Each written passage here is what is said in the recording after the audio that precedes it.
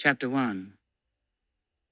Gods, in the name of the highest, the compassionate, and the merciful. May no man disturb my peace without cost. For peace is not passive, it is governed. Let the poor know that their safety rests not in submission to men, but in attention to the highest.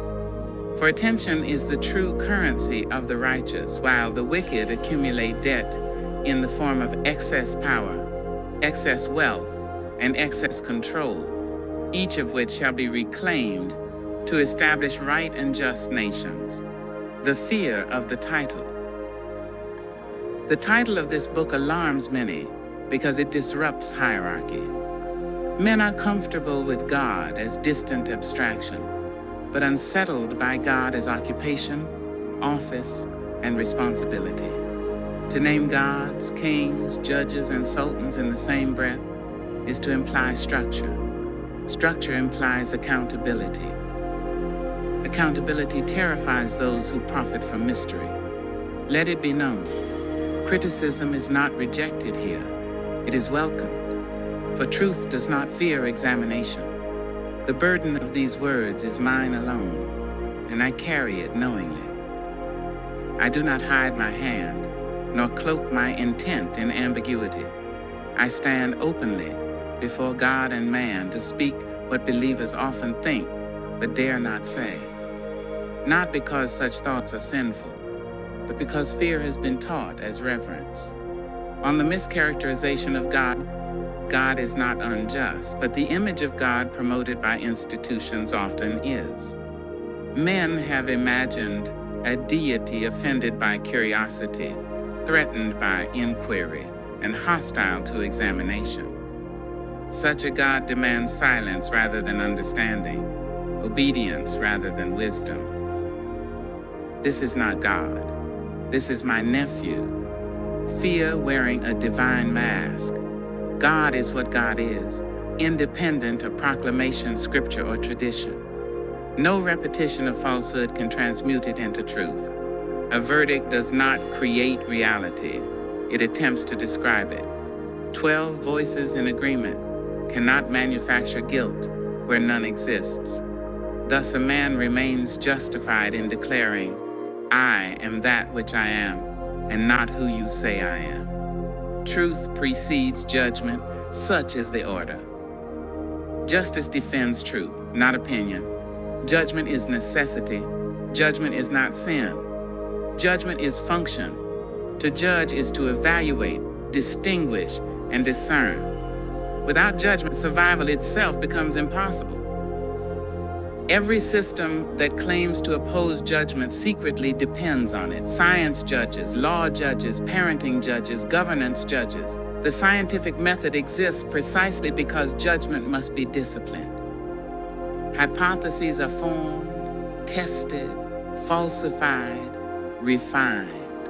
This is not rebellion. It is reverence for reality and a map through error. Thus, when I say I judge God, I do not mean condemnation. I mean evaluation according to occupation. No title exists without responsibility. No authority exists without function. Occupation and title. An occupation is not a name, it is a duty. A title without labor is fraud. A cook must cook. A judge must judge. A God must govern creation. For generations, many have claimed belief without responsibility, reverence without understanding, submission without stewardship. This book does not attack belief. It interrogates claims of authority. Belief is not inferior to knowledge. It is preparatory. To believe is to admit openness. To claim knowledge prematurely is to seal the mind. Many fear saying, I do not know, because they mistake humility for weakness. In truth, ignorance acknowledged is wisdom in seed form. Discovery requires space. Ego suffocates that space by pretending certainty. Ego, my fallen angel. Ego is not the enemy. It is untrained power. Ego desires mastery, but resists apprenticeship. It demands recognition before understanding. When ego learns to say, I believe, Instead of I know, it becomes invincible. For belief invites correction, false knowledge resists it. Thus ego falls not by ambition but by dishonesty, and ego rises again through truth. Pride, my fallen angel. Pride seeks fulfillment through achievement. This is not wrong, but it is incomplete. Achievements rooted in exploitation rot internally. They feed the body but starve the soul. True pride arises from works that heal, protect, and sustain. Only then does satisfaction become enduring. Love is not softness. Love is justice executed faithfully. The occupation, called God.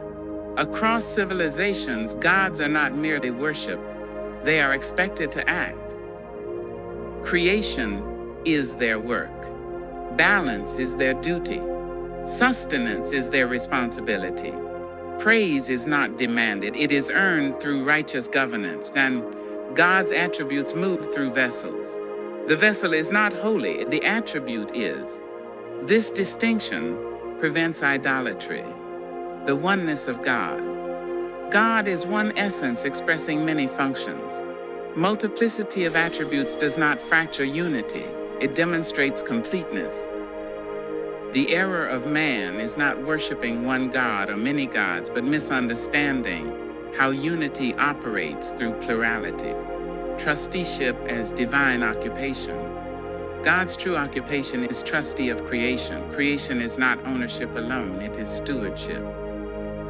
Upon the creation of man, trusteeship is delegated. God becomes grantor and founder. Man becomes executor. 1. This is not abandonment, it is succession, consciousness. The seat. Consciousness is the administrative branch of creation. In man, it resides in the brain, not as mere biology, but as governance center. It is here that God sits, judges, directs, and sustains. The throne is internal. The ruler is chosen. The throne and sovereignty, there is one God. There are many thrones. A throne without discernment invites tyranny. A throne without discipline invites chaos. Man chooses what sits within him. Fear, wisdom, ego, justice, lust, envy, patience, jealousy. My wife, jealousy, was once justice, alert, protective, discerning. But haste corrupted it. Justice without patience becomes cruelty. Justice without honesty becomes tyranny. The throne of justice remains vacant until its rightful occupant returns refined. Envy, my wife, envy, arises not from lack, but from blindness. It forgets existing worthwhile, coveting imagined superiority. The throne of envy mourns because it was never rejected. It was abandoned. Worth precedes possession. On lust as untamed vitality. Lust is life force misdirected, not evil incarnate. Unchecked, it consumes. Disciplined, it creates. Moderation is not denial, it is mastery. Lust, properly governed, becomes devotion to life itself.